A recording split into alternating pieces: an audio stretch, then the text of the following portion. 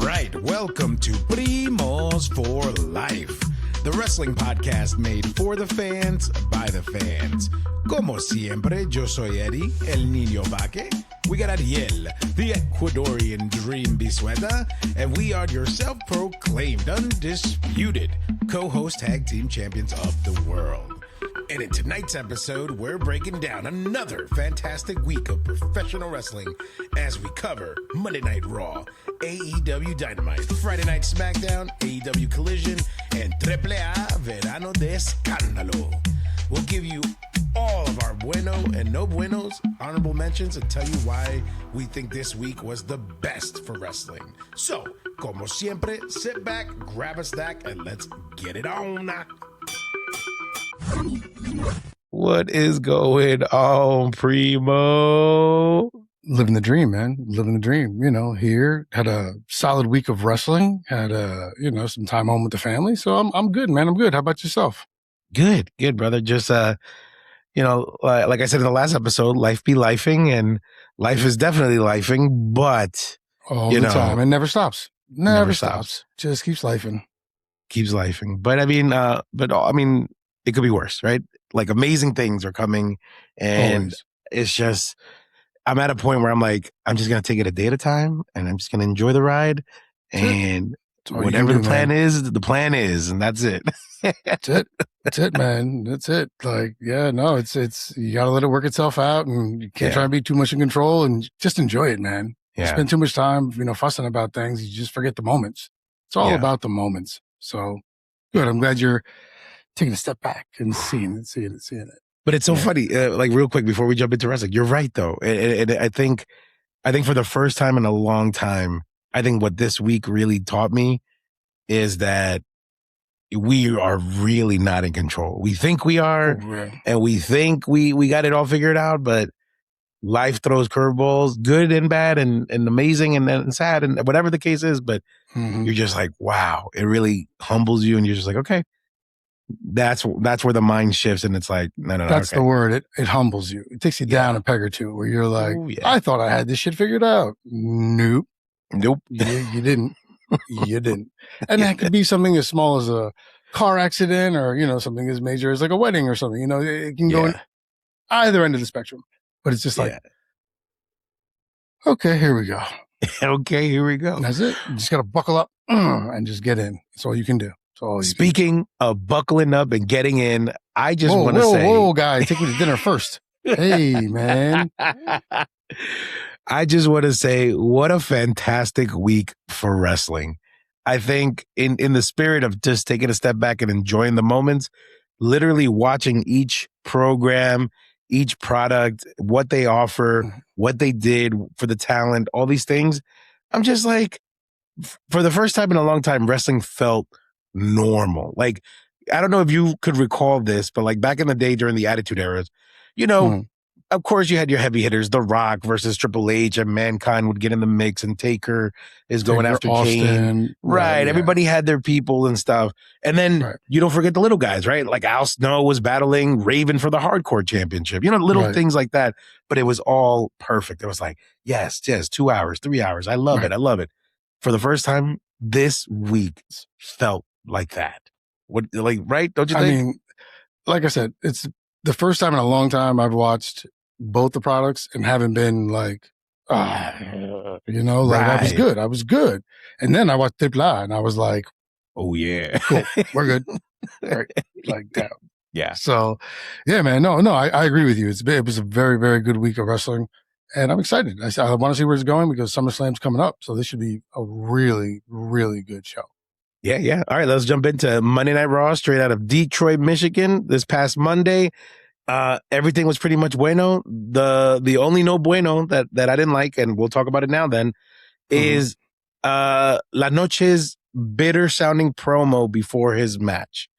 The reason why I did not like this is because it didn't feel like genuine. Like it wasn't anything that he said that made me want to jump and say, that's right, man. You've gotten the short end of the stick, and I'm going to, support you. No, you sound angry, bitter, and it just made me dislike you a whole lot more. Like I I could care less. Send him to AAA. Send him to Evolve. Because right now, I am not even like focused You're on not him. featuring him. You're not featuring him. Like, no part of it. I mean, the thing that got me was I was surprised because this was right before the main event. And I'm like, oh, they're giving him like time. Like, okay, let's see what he can do.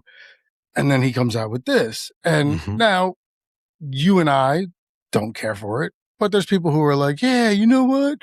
And they'll follow it. So I understand what they were trying to do, but for the true wrestling fans, such as us, I think I was just like, just stop talking. Like I had already moved you down about like a bunch of pegs and you're just constantly sliding. Just stop. Like, stop. If you have an opportunity to do this, it should be a better promo. Yes. It should be. Now, I'm not saying it was bad. He conveyed what he needed to convey in the manner in which he wanted to do it. The way it was a good promo on that aspect. Right. But hoping for something different is what ultimately was the thing. But like I said, shocked that it was the main event and shocked that they gave him time beforehand. So maybe, I don't know. I don't know. Yeah. No bueno. No bueno for me. Not a big fan. But we could talk about the buenos because there's a whole list of it. And let's just jump right in. Speaking of normality, right? I enjoyed the Vision tag team match against Javon Evans and Dragon Lee, then later on featuring Alpha Academy, setting up their match for the next Monday Night Raw. Again, it felt normal. This is where you want this new version of the Vision to be. Like when you have a Seth Rollins in there, a Paul Heyman, it's like you have to shoot for the top. You have to shoot for the big gold, all these things. Now that they are starting from scratch, they have to start at the bottom. They have to rebuild. And for all of them, even Logan Paul, kudos to him, even on injury, he's still out there, and with the addition of Maxine, like this is starting to feel like a legitimate, like I want to pay attention to faction. I enjoyed it. I thought it was a great way to open up the night. And again, it felt normal. It was a good way to, steady the evening into the rest of the episode. What did you think? Well, for me, I agree with you 1,000%, as I normally say, because it was truly a faction. It wasn't a faction and Braun Breaker's the one who's going to pop out because that's what it was prior to this. After Seth left, no matter what happens, it was Braun. Now, taking him back to tag champs and not blowing him and gassing him up as much, which you can do because he can perform in the ring and people get behind him when you give him that push. But I think this was a great opportunity to get that group across, get this faction pushed back in the right direction. Right. Adding Maxine, having her turn and be just completely heel, like it works. I agree with you. Like it's so much. I don't like Breaker at all. But Vision or Logan Paul or Austin Theory, to be honest. But I'm glad to see where this is going. I just want to see when Broncito comes back. Yeah. What happens? Yeah, exactly. No, I agree with that. Ooh, yeah, that's good. Yeah, you're right. Because that's going to be like, a rock in the perfect pond of what's going on in the Vision right now. And they're all going to be in like harmony and shit and everything's going to be fine. And then all of a sudden, tsunami. And then he's going to need to be like, hey, what happened to the mission? I thought leadership and da-da-da-da. And then it's going to start sowing the seeds of the ascension. And I'm just like, no. Gotta love the seeds. Love the seeds. Love it. So yeah, man. But all right, but moving on in the evening, we get the Big Cass teaser for after SummerSlam. I like it. It does give a little bit of excitement of like, okay, we got a new player in the game. He's been doing his thing on the indies and the AEW, and we need another big guy to go against an Obafemi, a Royce Keys, Jacob Fatu. So this is a good addition. I can't wait to see what they do with this. What are your thoughts on it?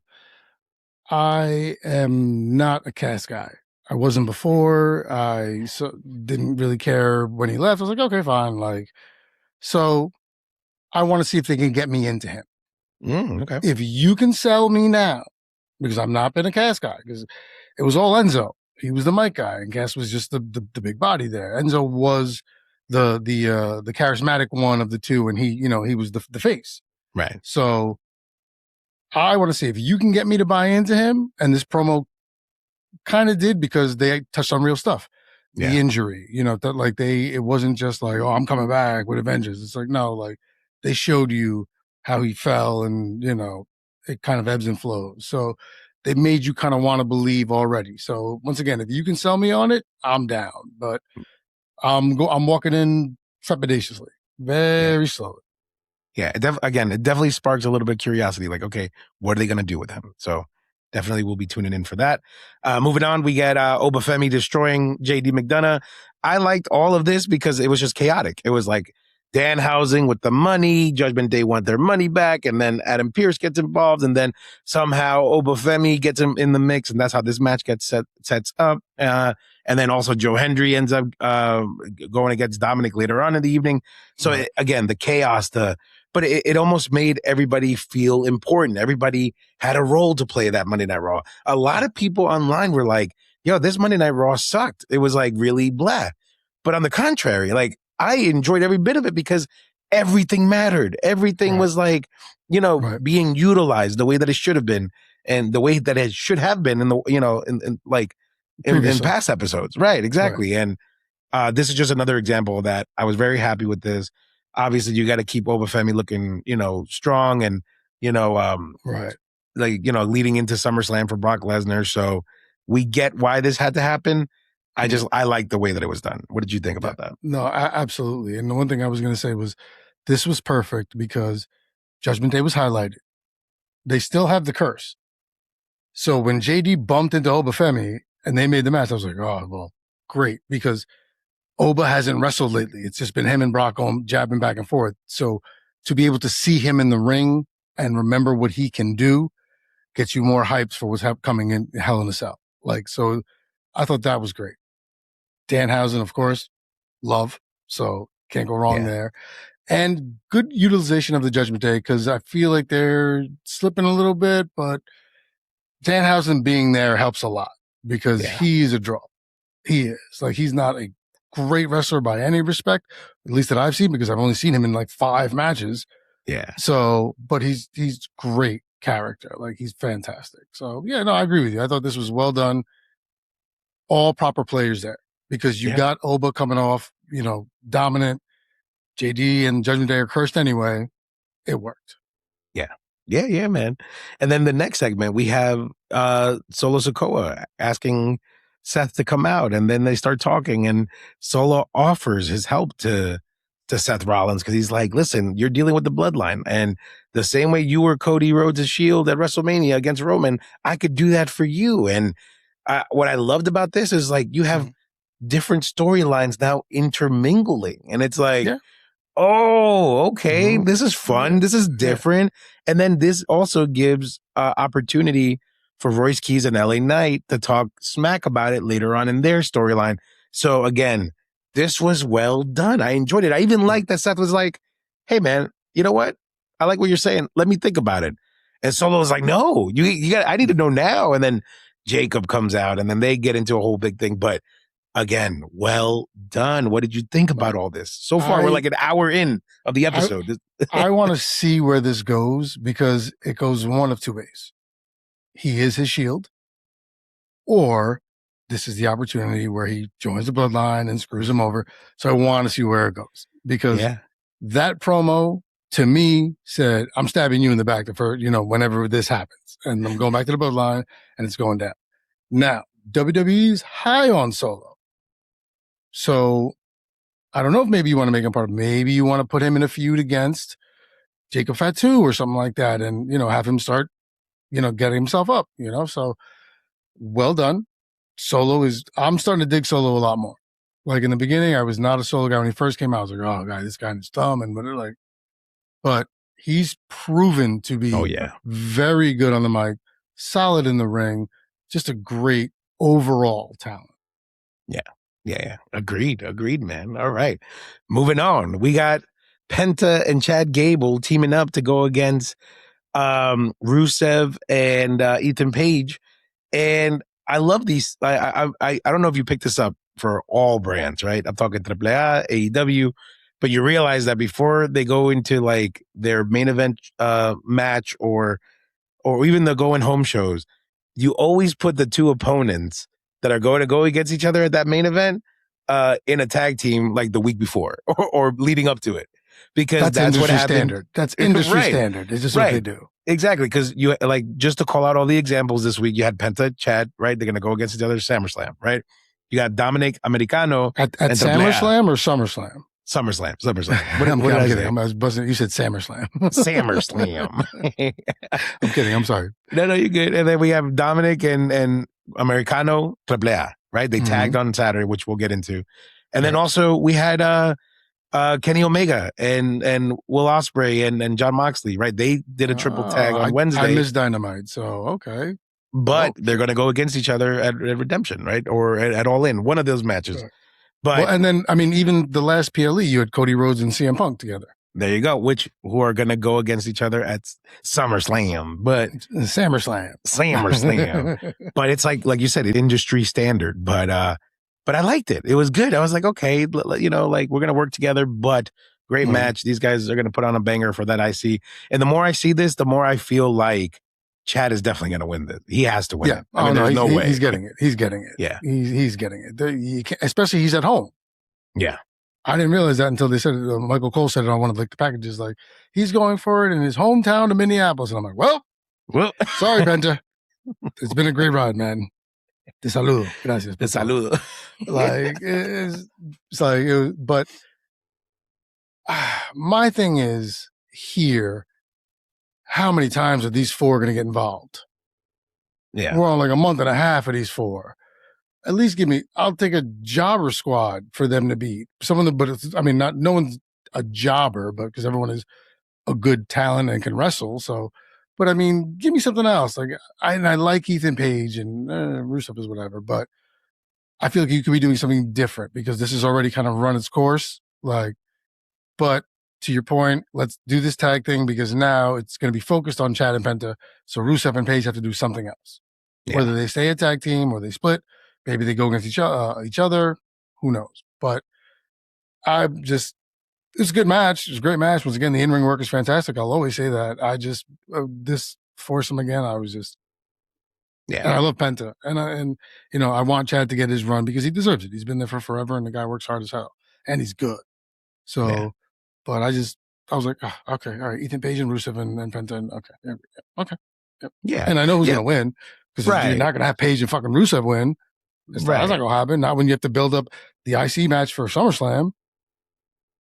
I mean, but you could have had a situation where like they bump heads, like they go in being friends, and then they're like something happens where it's like, oh, dude, I thought you had my back. They fall apart, and then Rusev and Ethan could have gotten the win. You get what I'm saying? But you killed the storyline there. You killed the storyline. The whole thing is about Chad Gable and his humble come to the IC championship. If you do that, people will like they'll be cool with it and be behind it, but I think it loses some of its luster. Like this is what you've been building to. You've been building to him being the asshole since he lost to Penta. Yeah. And mocking and doing everything and then coming full circle and now he's coming here. If you do something like that, even if you make Penta the heel, which I don't think you can right now, like you know, so I'm sorry for no, I hear you off and stuff, but I'm saying that's my thought process. No, it makes sense. It makes sense. You're right. Because unless you are committed to making Penta heel, like it would have been a bad move. So I hear that. Saying it out loud definitely hears it a lot clearer. So I hear you. Okay, but now here's the thing is that you may get Penta heel at SummerSlam because he's going to want his championship belt back. I can imagine. I doubt he's going to be like, oh, it's fine. Like Damian Priest, like, oh no, I lost my championship. I'll get that another time. Oh yeah, you're Triple A, motherfucker. Like so that's why I'm just like, you can turn him heel there, and with all eyes on him, it's a much bigger turn. Yeah. So I think that's why they were just like, you couldn't, you had to have these two win. You had to. Yeah. All right. I hear it. All right. Next, we get the Paul Heyman video promo for Brock Lesnar, building up Hell in a Cell. I thought that was great. Especially since Brock wasn't there at the end of Oba's match. You know, he said something at the end of his match like, yeah, you know, Brock and Oba 3 Hell in a Cell. I can't wait to see you there. Da, da, da, da. So I felt like this was a good response for like creating the importance and like the heaviness of this match is like, it's not just them part 3, it's Hell in a Cell. It's this is where it's all going to be determined, and where Lesnar's undefeated. Right, exactly. Right? So great like build up. Very nice. I liked it. Big. Your thoughts? I liked that they did this as a video package. Yeah. Mm-hmm. I thought you could edit it, you could cut it, you could take different angles. So for me, I enjoyed that aspect of it because normally you would just send Paul out to the ring. Yeah. And then he just dropped the mic and walk out or flip it or whatever he does. My name is Paul Heyman. Right, exactly. And then he's like, oh, but that's a guarantee or whatever. And then fucking flip the mic and walk away. Yeah. So I love that they did this as a vignette, as a package. And it did what it was supposed to do. Get us a little more hyped for something that everybody's already hyped for. Because this is the one match I want to see above all the other ones in SummerSlam right now. It's at SummerSlam. So yeah. Yeah, no, it was good. And then these two, I'm going to clump together because basically the same thing happened, just in different matches.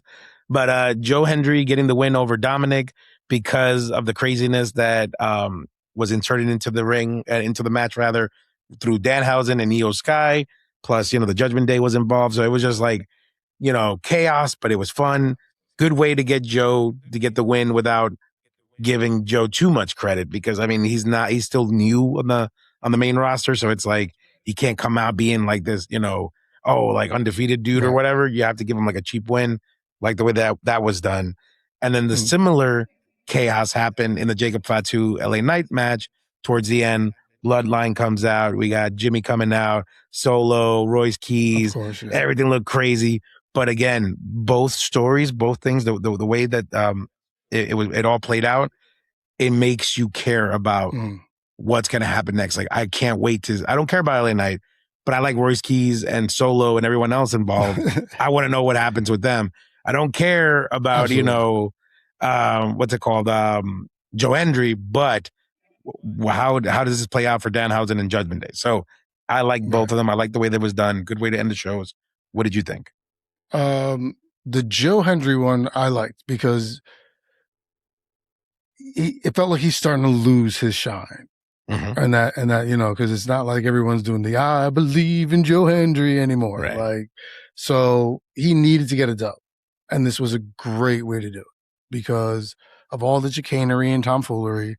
Like, and Judgment Day is going to assert themselves. And like, so great. Fantastic. Shitty that Dom took the loss there, but JD got his ass whooped before. So you had to, it had to be Dom. So great. The end, I'm over Jey Uso. So when he was like the last pop to come in, I was like, "Fuck this!" I'm sorry for cursing. Yeah, I was like, no. I was like, no, no. Like he should have came out with Jimmy together. Like, and I don't like LA Knight. And the problem is, and annoyed with him from what happened 3 minutes ago when you're crying in the, when you're on the mic. So my disdain for both of those guys clouded my judgment on the final one. So I liked the Joe Hendry one. And so it was cool. Like, I understand what you're doing, but I'm tired of LA Knight and Jey Uso. I am. I wasn't a Yeet guy. I never been no. So I'm just like, okay. I understand what we have to do. I understand what we have to do. I understand. And I get it. So please go along. But I enjoyed the Joe Hendry one a lot more. Okay. Fair enough. Real quick. No, I'm down with that. Real quick, let's grade that episode. I gave it an 8. I actually enjoyed everything. So I'm going. What do you think? Yep, there you go. Agreeing with you. 8 works. Let's go. Solid. All right. Solid moving B. on. Solid B. Yeah, for sure. And then moving on to Dynamite, right? Dynamite, 4 bueno points, right? Kevin Knight. This man, bro. I mean, he's fantastic. I gotta go back and watch it because he's dope. He's so dope. good. So good. Yeah. And what I liked what they did here was he defended the TNT championship. The announcers were over Darby Allin, by the way. Darby Allin, and great match with him. Wow. And what I liked about this was you hear the commentary team saying that he has broken the record for most successful title defenses. So now you're legitimizing this guy. Now you're making him feel like a heavy hitter. Now you're making more of a storyline because he beat Kyle Fletcher's record when he had the TNT Championship. So you're building up that beef because obviously they're going to clash at some point because like all members, it's like almost a requirement of being part of the Don Callis family. It's like you play nice for a little bit and then you get into each other's way when gold gets involved. At some point. At some point, right. Because all of you are the same cat. You're all people who are just, you want the same thing and do it together as a faction, but when the minute you can turn on them to get yourself right. Mm-hmm. Yeah, exactly. It's like when supervillains join forces and they're like, but I really want to destroy the world. So, I'm changing the plan. I turn on you and now you're on your knees in front of me. Yes. Exactly. Okay. But great match and great facts and great setup. I can't wait to see how this plays out later on.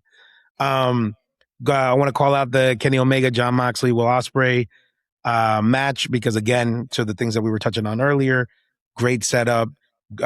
Making the people think like, they could work together. They could be friends, but there was a little bit of tension there for storytelling, for their matches, for their build-up. So they can't be happy-go-lucky. There's got to be a moment of, what? Huh? Yeah. Huh? Like, what are you going to, what? Yeah. I thought we were, exactly. So well done.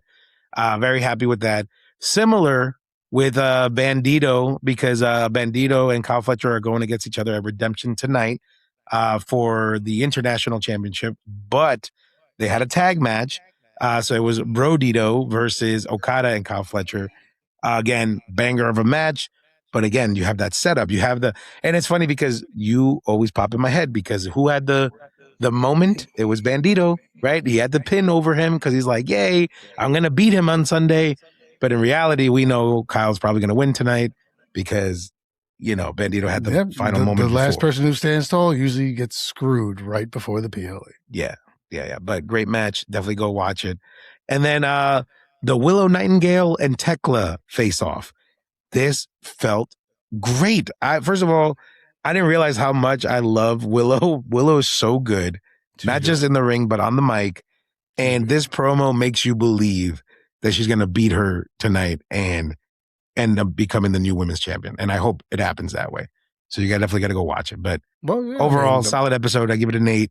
Obviously, I'm sure when you watch it, you'll also give it an 8. I'm going to go to HBO Max as soon as I get upstairs, waiting for the wife to get home. So I'll just pop on the couch and yes. This is the only thing I missed this week. I mean, I read the show and I was like, damn it, I missed Dynamite, but look, I got in when I got in. All good. And then let's move on to Friday Night SmackDown out of Oakland, California. The first bueno of the evening.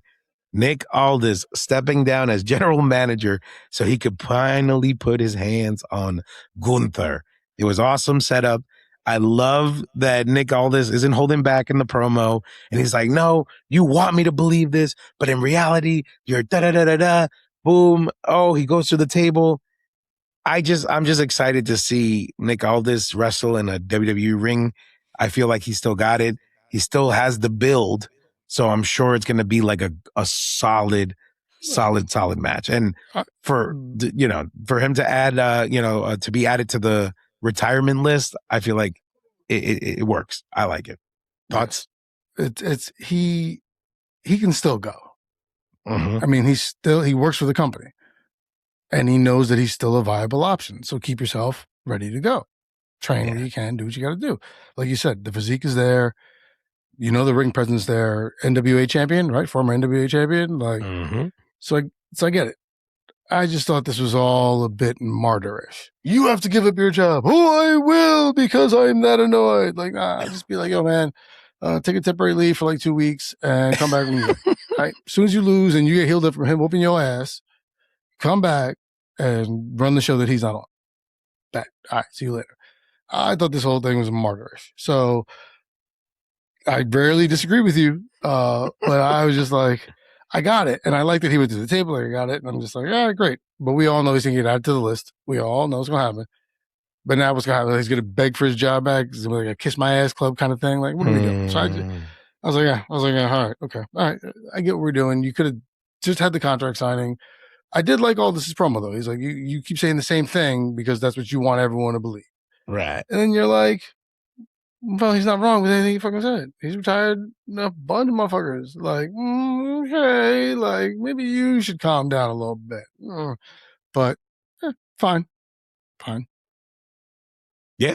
No, I mean, I hear it. I hear what you're saying. I just, again, because of the mind frame that I am this week, I'm just very like accepting of everything. So I'm just like, I like it. Well, because good. you saw a very solid. You saw an 8 Raw, and then you saw a good Dynamite. Yeah. And then SmackDown starts off like this. You're like, yeah, pretty good week so far. So yeah, I get it. I get what it is. Yeah. So much so that the next point you're going to be like, what are you talking about? But I enjoyed the Nikki Bella return simply because now you could finally have a 3-on-3 against Fatal Influence. And what I hope comes out of this, because it's been set up, because they were like, Nikki was like, oh, you think because you guys are the new generation that, you could just walk all over us. You wouldn't be here without us. So SummerSlam is going to be a 3-on-3. Oh, but this is perfect for Fatal Influence. You need them to whoop the crap out of these legends to really become a problem on the main roster in a good way. And that's what I hope happens. That's what I want. That's why I got excited. What did you think? You're correct in that this has to happen to establish them as formidable champions and a formidable faction on SmackDown with all the talent they have.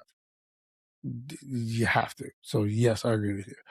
I just think it's funny, and I'm not annoyed by it. I just think it's funny that every time the name Nikki Bella comes up, you vomit on fucking camera. Like, and now you're like, I love the return of Nikki Bella. I was happy. You can look, but you can't touch. like, so that's why I'm laughing. I get it. Great. I mean, if she's healthy enough to go in the ring, fine. There's 3 of Fatal Influence. You couldn't keep her out that long. The reason she wasn't at Mania with her sister to win was because she was hurt. Right. So I get it. Good way. Let's ease her back in.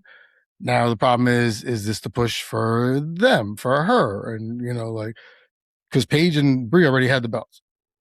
So is this where you have them win and Nikki shines, or maybe a heel turn for Nikki? Yeah, maybe, she's known to do that. She does that. Maybe she's just like, something happens, like Brie tags in when she's not looking and gets the pin, and then, why did you do that? And here we go. Yeah. So, my comic relief here is that for all the Nikki hating you do, is that you're like, I like it. Yeah, I thought it was good. And then moving on to the next item on the Buenos list, definitely like the interaction between LA Knight, Royce Keys, and Solo. Their little segment in the back is just refreshing to see, and almost reminiscent or nostalgic, having multiple wrestlers in the back, figuring out a plan. Kind of reminded me of like the Hogan, Kane, Rock thing where it was like, hey, we're going to do this, we're going to do that. Yeah, it was very nice. It was, very refreshing to kind of see that interaction. We don't really get that as often unless it's like, R-Truth and Damian Priest or something silly. Right. So I enjoyed the seriousness of it. I liked it. What did you think? I mean, it held weight. It did what it was supposed to do. You want to believe in these guys. You want to follow these guys. So to have them be able to come together and look formidable and just be kind of cool with each other, you're like, okay, great. I want to like these guys. They're trying to make you like these guys. So they put them in a likable position, like something like this. So job well done. Did what you were supposed to do. Not mad at it. Not mad at it. Right. Next on the Buenos list, we got the CM Punk and Cody Rhodes, segment in the middle of the ring. Thought that was really well done. Nothing much you could really say about it, except we know who we're dealing with. We know they could deliver. We don't have to go into details because we say this about them all the time. They're both incredible on the mic. I think the only funny part that I thought at the end of it was when Cody was like, no, cut the music. And then he says his piece. It was like kind of funny to me because it felt genuine to the point where it's like, nah, dude, you're not going to get the last say. I'm going to get the last say. Yeah. Screw you. Ha ha. Thoughts? Loved it. Loved when he did that. I'm like, yes. He's like, no. You're not walking here with your music playing. I'm going to bitch for a second and then I'm going to have my music playing. And then when he's like, get my music, I was like, yes, great. This makes it. I was also surprised to hear him be like, I'm going to be the champion for the 4th time. I'm like, oh, damn, right? Yeah, 4 times already. Wow. Okay. But I thought it was, to your point, you know what you're getting. These two are going to come out and beef with each other. Great. I'm locked in. Say less. I'm down. Like, let's do it. So very well done on both parts. Looking forward to the match because you're going to need a heel turn or some kind of something somewhere. So I kind of want to see where, because to your point that you've been looking for, the Cody heel turn, I still don't think it's relevant yet. I think you could turn Punk easier and it wouldn't matter as much. But right. I want to see where this goes. Or do they have like a moment at the end where they shake hands and walk away? I mean, and that's the beauty of it, is they're setting it up and you don't know what it is. For all the shit that you and I think we know about wrestling because we've been watching it for so long and, we heard this. You never know because it's the writers and Hunter who has the last say, or TKO, but who has the last say. So hopefully, let's see. This should be fun. Yeah. Agreed. All right, moving on. We get Finn Balor winning the Fatal 4-Way. Thought this was the right decision. I mean, if you look at the people involved, it wasn't going to be Damian. It wasn't going to be Royce. Everybody else is so intertwined with their own stories. I thought Finn Balor was the right move to have him be the winner of this match. What did you think? I think Finn Balor would have been the right move with anybody you put in that match. Mm-hmm. It's time. You've shown that you want to be behind him because you had him beat Seth Rollins. And if it wasn't for a terrible buckle bomb that he took onto the guardrail, we'd be talking about a different version of Finn Balor because he'd be that champ. And he would have the run that Seth had when he had it. When he had to relinquish it. And then he beat AJ Styles in a whatever match. And I was praying for AJ to win, but it wasn't going to happen. So it was great. Like this was like something I enjoyed because I'm like, great, Finn deserves this. Like he's been a trooper, he's been a soldier, done everything he asked him to do. Great, shined on Judgment Day, playing both sides with Roxanne Perez and with Liv Morgan at the beginning and stuff like that. Just sticking the hotel key, like stuff like that. Like he's great. Oh, yeah. So no matter who it was supposed to be in that ring, Finn is the choice because it's time to elevate him. You have to, because he's too talented to not. To not be elevated. So. Yeah. And it's funny that you say that because as you were saying all that, I was like, yeah, I'd rather put him over than LA Knight at this point. If you were going to start a new person, Absolutely. Yeah, for sure. I agree. And then the final item on the Buenos list, and partially no bueno, but I'll explain why. I liked that it was Charlotte Flair and Chelsea Green that advanced to this women's ladder match for the interim women's championship, because obviously we found out that Rhea Ripley is injured, so she'll be relinquishing the title temporarily. Mm-hmm. The only reason why I didn't like the Charlotte match specifically was because she qualified based on a disqualification. I just felt that was a little lazy. But hey, not everything's going to be perfect. Still solid episode. What did you think? Like the Chelsea Green move. It's time to get her back involved. Mm-hmm. She's good. People dig her. Excuse me. She's great on the mic. Like, so dig that. With you with the Charlotte thing, it's like a free pass. Really? Mm-hmm. Like, I forget what I was watching, like Deadpool the other day, or Deadpool 2. And at one point, Ryan Reynolds looks at the camera and he's like, that's just lazy writing. And that's exactly what you just said. And that's what came out. I was like, well, that's just lazy writing. Like, that's just, at least have her do a good match. Like have her go against someone solid. Have her go against Julia and have a good match. Or, yeah. So I agree with you, but it's great. I'm down with Chelsea Green moving on. Chelsea Green, let's go. Yeah. But I also feel bad because it's like you obviously were not expecting Rhea Ripley to be out this long. Right. True. Because if you knew she was going to be out this long, you would have done this 2 months ago. Right. Or because Mania was April. Like you would have done it. So I think that's a testament also to like, or not a testament, but the point to like how injured she is. They thought she could come back, not going to be able to make it. We'll save it for a big return, maybe number 30 entrant at the Rumble. Yeah. No, I hear that. But again, solid episode. Really quickly, I'll touch on AEW Collision because I happened to catch it. Two call out Tommaso Ciampa, really on a roll. He beat up another member of the Rascals, Zachary Wentz, who Javi was able to interview at WrestleCon. Awesome dude. Great match. It's great storytelling building up to his match against Jericho because, he's going to go against the Painmaker, Psycho Killer versus Painmaker. It's going to be a very violent match apparently tonight. So good way to set that up. I enjoyed that match.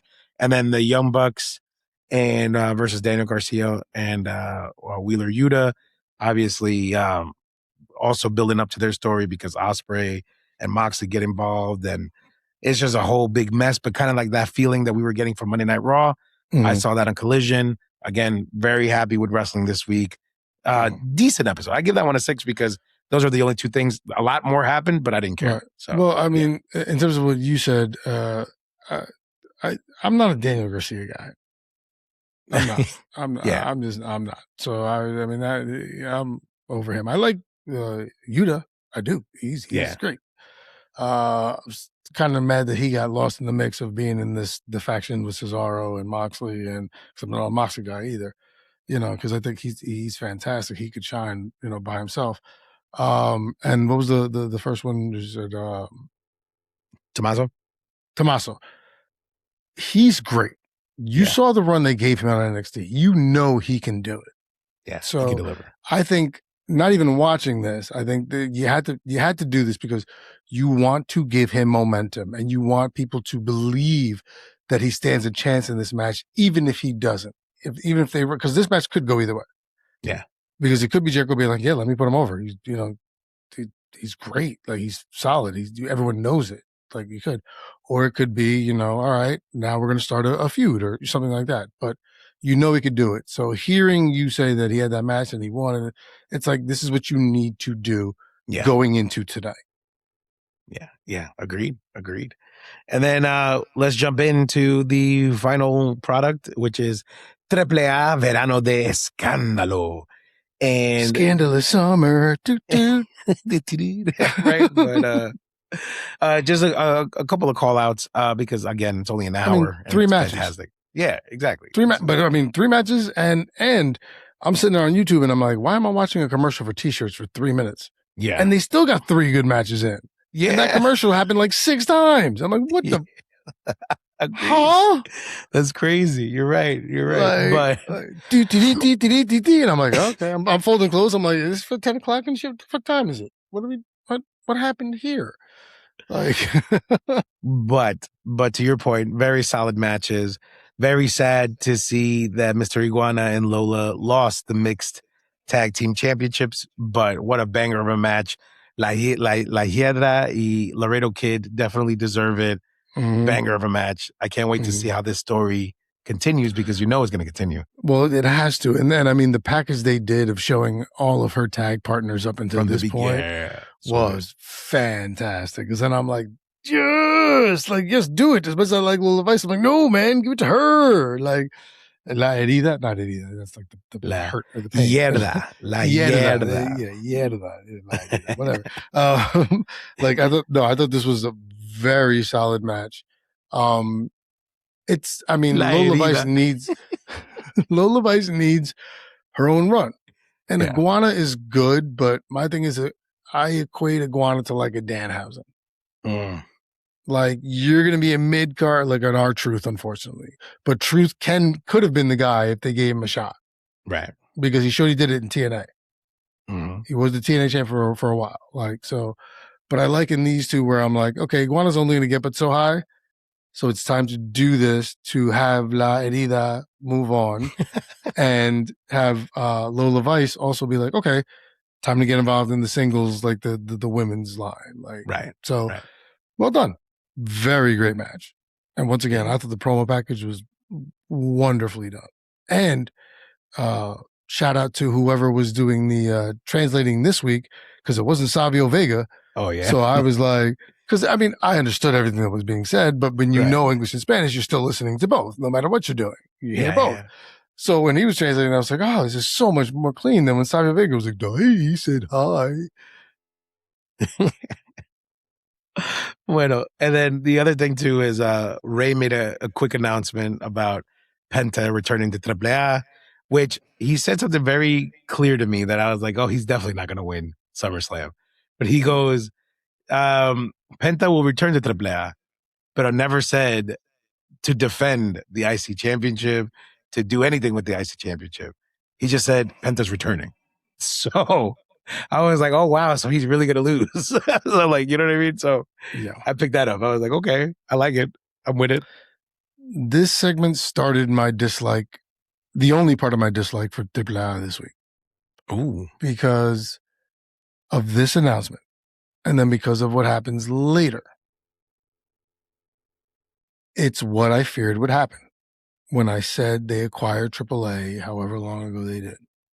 My concern is they're going to use all their Latinos who are on the main roster and start moving them down. Priest and Truth are going down all of a sudden. Now Priest is there full time. And I'll just say it because people should have watched. Dom joining another faction. Yeah. Penta coming back. Ojo. Yeah. You can't guarantee he's going to defend. Now, maybe this is a ruse and you're like, well, he's coming with the belt. And maybe you elevate someone from AAA. Doubtful. But maybe that's the move. Once again, doubtful. But this is when I started to see. And then with what happened with Dominic, I was like, this is exactly what I didn't want to happen. It's what's happening, and it's annoying. Yeah. Yeah. Yeah. But what a banger of a main event, though, between Dominic y El Grande Americano and versus Los Perros del Mal. Well done. Well done. It was almost, again, kind of like that WrestleMania feel, like that Americano versus Americano feel where you got the Americanos coming out, the rest of the Los Perros del Mal come out, and you have all these things moving pieces, all these things. And then finally the cherry on top that made it slightly different was, when Americano was like, Dom, take my hand. And Dom is like, nope. And he just looks at him and walks away. And then you find out that, to your point, as you mentioned already, he has joined forces with Omos. Is it Amos? Almost? I always get his name wrong. It's Omos. I'm 90% sure it's Omos. Almost. And Dorian Roldan in the faction of the Ojo. And I'm just like, bro, what does this mean? Oh, and that's how it ends. Yeah. Lee Fitting, Triple H, and Mark Calloway. And now Mark Calloway, yes. I was like, yo. Executive producers. It's, I mean, you knew it. You knew when there was a promo in the back with Grande Americano and Dom, and he was like, can I trust you to have my back tonight? And he's like, yeah. I was like, thanks, how's this going to work out? Interested that they threw him in the Aloha faction, that's the direction they went, because you could have easily just had him screw him, walk away, and then go back to SmackDown or Raw and just chill, do whatever he's doing. Right. But it was good. It was good. Once again, the ending is what soured me on it, because it's just, I hate being right sometimes. And it's just like, fuck, man, fuck, don't do it. Oh, you did it. And you did it. All right, fine. So, great match. Absolutely fantastic. Great storytelling. Because once again, you had that promo before where he was like, will you have my back? Yes, I will.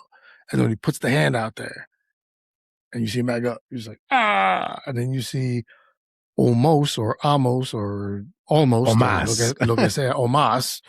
Que más, whatever. Yes. Then you see him and Roland, whatever. Roland Garros. No, okay. Dorian Roldan. Dorian Roldan. Like, it's great. But what does that mean now? I'm interested to see what happens tomorrow at Raw, because I want Liv to be like, what you doing? we're supposed to be together and all this. What you doing? What? I didn't know you were going to do that. Like, does that mean we're doing like double duty? Like, what's going to happen? What am I getting myself into? I need to know. Yeah. But I feel like they don't cross those ropes. You know what I mean? Like, well, you kind of have to. You can't have him in two factions. Yeah, but you're going to have him double dip all the time? Yeah, because think about it. Dominic is his own entity in AAA. He's Judgment Day in the main roster, but here he's by himself. I think Liv only came out once with him. You know what I mean? I get it. I completely get it. But I'm just saying, like, would I rather be my own on AAA or be part of a storyline in the main roster? Because you can't have him do both. If you do, okay, then great writing and way to hold it down and do everything. But double dipping is going to be hard because you also don't want people to get tired of a certain superstar. So that's why I'm just like, if he would have won, if he would have just screwed him and then walked out, cool. Yeah. But the joining of a faction that is solely on AAA. Yeah. I hear you, Primo. Once again, sour grapes. And I'm sounding like an old man complaining. Get off my lawn. I get it. But, and the thing was, the matches were great. It was just the overall tone of what happened was like, oh, Penta's coming back. It's like, to your point, like, okay, I need another reason to know he's going to lose. Cool. Thanks for that. Thanks for that. Thank you. Yeah. But no, it was for the wrestling and for what it was as a show, fantastic. Yeah. What I took away from it, much different ballgame. Yeah. Well, that's what I was going to say. Overall, still a fantastic week for wrestling. Absolutely. Enjoyable watch on all levels. Now I'm kind of sad, but at the same time, it's like to your words, it's too much wrestling. Like now I'm like, I wonder what's happening on TNA because I haven't heard peep from them. Oh, yeah. But I've been watching more Dark Side of the Ring and listening to more podcasts. Love Dark Side of the Ring. Did you see the Samoa Joe one? So good. Oh, versus Necro Butcher? Yeah, man. This was so crazy, good. Bro. This was crazy. Good. Bro, we got to start doing some Dark Side of the Ring coverage. Yeah. We got to go over like an episode because me and you could do that for 25, 30 minutes and just Facts. We could do that. Down. We could do that. Those could be the lucha hot tags that we haven't done in forever. But yeah, no, that's no, man. Like that was well done, fantastic. Yeah. And like, because I remember watching it, like, of course, when everyone else was like, "What happened?" and you're like, "Oh, great." But to see that both of them were like, "No, man," like he was like, "No, thanks to Joe," and just like, "No, thanks to him." Like what? Cool. Yeah. Like, I was like, "Oh, dope," because you see the promo and he's like, "Someone's gonna die tonight," and you're like, "Oh, fucking Joe was pissed." Fuck, dude. Like, oh, he gonna kill this. I was surprised he didn't kill him. Like, oh man. Yeah. But it was great, and then just to see Butcher just keep getting up is like a testament to this man and then beating cancer and just like, bro, it's and then still out there doing it. It's still out there doing it. You're just like, wow, man, like the love that people have. And I think that the sad part here was that this was his escape. Yeah. Because to the point of like, I was hurt so much as a kid, I could take it. Yeah. So let me just put myself in death matches. And you're like, it's not the same. Not the same. No. Yeah. When a chunk of your arm is dangling and you just pull it. No, man. No. I mean, it's not as hard as psychological issues, but I mean, it's not the same, dude.